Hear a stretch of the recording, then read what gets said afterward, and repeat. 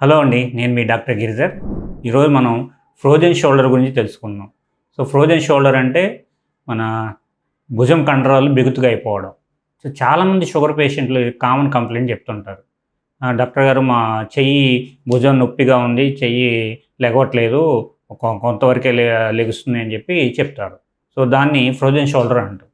So ఈ frozen షోల్డర్కి ముఖ్య కారణాలు ఒకటి షుగరు, ఇంకోటి థైరాయిడ్.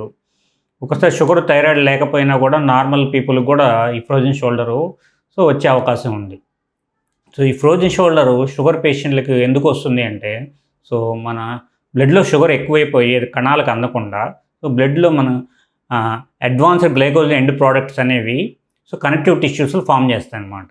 సో బ్లడ్డే కాదు, కనెక్టివ్ టిష్యూ ఎక్కడ ఉంటే అక్కడ ఫామ్ చేస్తాయి. సో ఆ జాయింట్ దగ్గర, జాయింట్ చుట్టూ మనకి షోల్డర్ జాయింట్ చుట్టూ క్యాప్సుల్ అని ఉంటుంది, అంటే కవచం అంటారు అనమాట. సో ఆ కవచంలో ఈ అడ్వాన్స్డ్ గ్లైకోజన్ ఎండ్ ప్రోడక్ట్స్ అనేది డిపాజిట్ అయ్యి దాన్ని బిగుతుగా చేస్తుంది అన్నమాట, స్టిఫ్గా చేస్తుంది. సో ఆ స్టిఫ్గా చేయడం వల్ల ఏంటంటే మనకి పెయిన్ రావడం, మూమెంట్ లేకపోవడం, ఇవన్నీ ఉంటాయి అన్నమాట. సో ఈ ఫ్రోజన్ షోల్డర్ అనే స్టేజెస్లో ఉంటుంది అనమాట.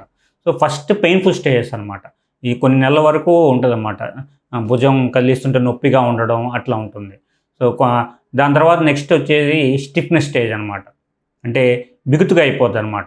సో మూమెంట్ ఫ్రీగా లేకపోవడం అట్లా జరుగుద్ది. అది కొన్ని నెలలు ఉంటుంది. దాని తర్వాత నెక్స్ట్ థాయింగ్ స్టేజ్ అంటారనమాట. సో పెయిన్ నెమ్మదిగా తగ్గుద్ది, సో మూమెంట్ కూడా నెమ్మదిగా వస్తుంది అనమాట. సో వచ్చి ఆటోమేటిక్గా రికవరీ అవుద్ది. సో అందుకని ఫ్రోజన్ షోల్డర్ని సెల్ఫ్ లిమిటెడ్ డిసీజ్ అంటాం. అంటే దానికి అదే తగ్గిపోద్ది, కానీ టైం తీసుకుంటుంది. సుమారు కొంతమందికి 2 ఏళ్ళు 3 ఏళ్ళు అట్లా కూడా తీసుకుంటుంది. సో ఈ ఫ్రోజన్ షోల్డర్ రాకుండా మనం చేయాలి అంటే ఏం జాగ్రత్తలు తీసుకోవాలి? సో షుగర్ ఒక ముఖ్య కారణం అని చెప్పాం కదా, షుగర్ కంట్రోల్లో పెట్టుకోవాలి. సో షుగర్ కంట్రోల్ పెట్టుకోవడమే కాకుండా మన షోల్డర్ మూమెంట్స్ రోజు చూసుకోవాలి. షోల్డర్ మనకు రెస్ట్రిక్ట్ అవుతుందా లేదని ఎక్సర్సైజ్ చేయాలి. సో షోల్డర్ని మనం అటు ఇటు కదిలించి అన్ని వైపులా సైడ్కి, ఫ్రంట్కి, అట్లాగే రొటేషను ఇట్లా చేసి మన భుజం కండరాలు ఏమైనా బిగుతుగా ఉన్నాయా లేవా అని రోజు షుగర్ పేషెంట్ రోజు చెక్ చేసుకోవాలి. చెక్ చేసుకోకుండా కాకుండా ఎక్సర్సైజ్ చేయాలి. ఎక్సర్సైజ్ చేస్తే కండరాలు బిగుతుగా అవ్వకుండా ఫ్రీగా అవుతాయి. సో ఒకసారి ఫ్రోజన్ షోల్డర్ వచ్చింది. సో వచ్చిన తర్వాత ట్రీట్మెంట్ ఏమిటి?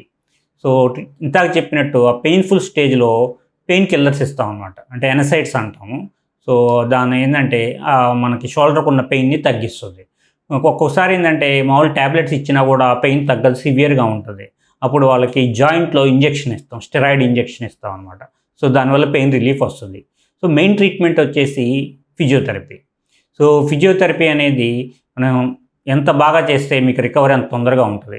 కానీ ఎక్సర్సైజ్ అనేవి మళ్ళీ ఓవర్ స్ట్రెచ్ చేసినా కూడా నొప్పి ఎక్కువయ్యే అవకాశం ఉంటుంది. అందుకని ఫిజియోథెరపిస్ట్ ఆధ్వర్యంలో మనం ఎక్సర్సైజ్ చేయాలి.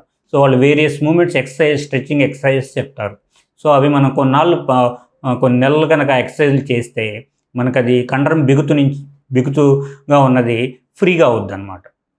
సో మెయిన్ ఫిజియోథెరపీ ట్రీట్మెంట్ ఈ ఫ్రోజన్ షోల్డర్ అనే దానికి. సో ఫ్రోజన్ షోల్డర్ ప్రివెన్షన్ వచ్చేసి షుగర్ కంట్రోల్లో పెట్టుకోవడం, షోల్డర్ మూమెంట్ ఎక్సర్సైజ్ చేసుకోవడం. ఒకసారి వచ్చిన తర్వాత పెయిన్ ఎక్కువ ఉంటే పెయిన్కి ట్యాబ్లెట్స్, మళ్ళీ ఫిజియోథెరపీ. సో ఇవన్నీ చేసుకుంటే మన ఫ్రోజన్ షోల్డర్ అనేది రాకుండా ఉంటుంది. ధన్యవాదాలు.